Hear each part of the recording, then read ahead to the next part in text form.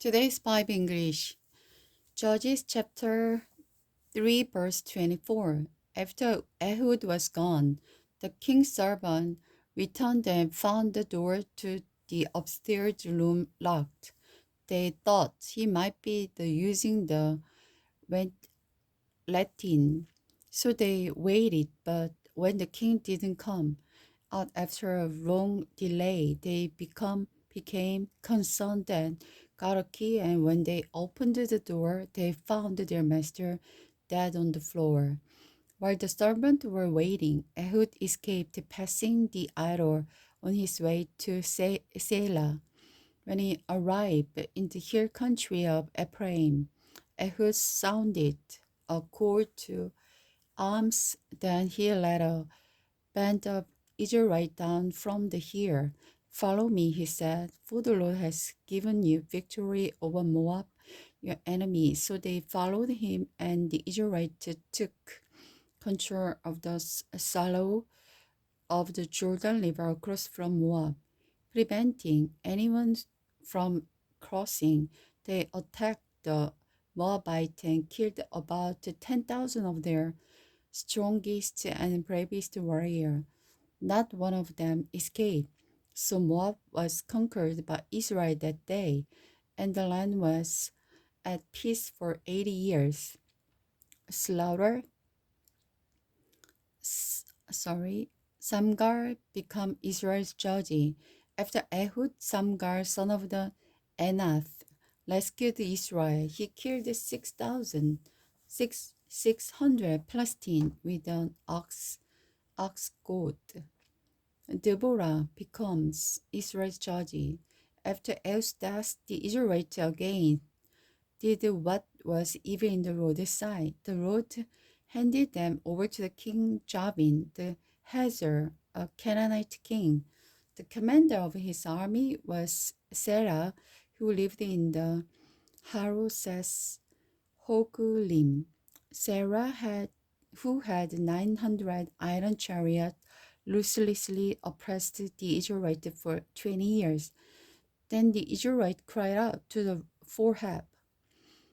Deborah, the wife of the Lepioth, was a prophet who had become a judge in Israel. She would hold court under the palm of the Deborah, which stood between Lama and the Bethel in the hill country of Ephraim.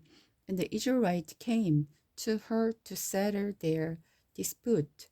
One day she sent for Barak, son of the Abinoam, who lived in the Kadesh in the land of the Naphtali. She said to him, "This is what the Lord, the God of Israel, commanded you, and assembled 10,000 warriors from the tribe of Naphtali and Zebulun and Mount Tabor. I will lure Sisera, commander of the Jabin army, along with his chariot and warrior, to the Kishon River. There I will give you victory over him." Balak told her, "I will go, but only if you go with me." "Very well," she replied. "I will go with you, but since you have made this choice, you will receive no honor, for the Lord's victory over Sisera will be at the hands of a woman." So Deborah went with Balak of Kadesh. At Kadesh, Balak called together the tribe of the Zebulun, Naphtali, and 10,000 warriors marched up with him. Deborah also marched with them. Now Heber the Kenite, a descendant of Moses' brother-in-law, Hobab, and moved away from other members of his tribe and pitched his tent by Oak of Zanarim near Kadesh, where Sisera was told Barak, son of the Abinoam, had gone up to Mount Tabor. He called for 900 of his iron chariot and all of his warriors, and they marched from Haroses Hagonoim to the Kishon River. Deborah said to the Barak, "Get ready. Today the Lord will give you victory over Sisera, for the Lord is marching ahead of you. So Barak led his 10,000 warriors down the slope of the Mount Tabor into battle. When Barak attacked the road, threw Sisera and all his chariots and warriors into a panic. Then Sisera leaped down from his chariot and escaped on foot. Balak chased the enemy and their chariots all the way. Harassas Hegorim, killing all the Sisera's warriors. Not a single one was left alive. Meanwhile, Sisera ran to the town of the Jair, the wife of the Heber, the Kenites, because Heber's family was friendly terms with King Jamin of Hazor. Jair went out to meet Sisera and said to him, "Come into my tent, sir.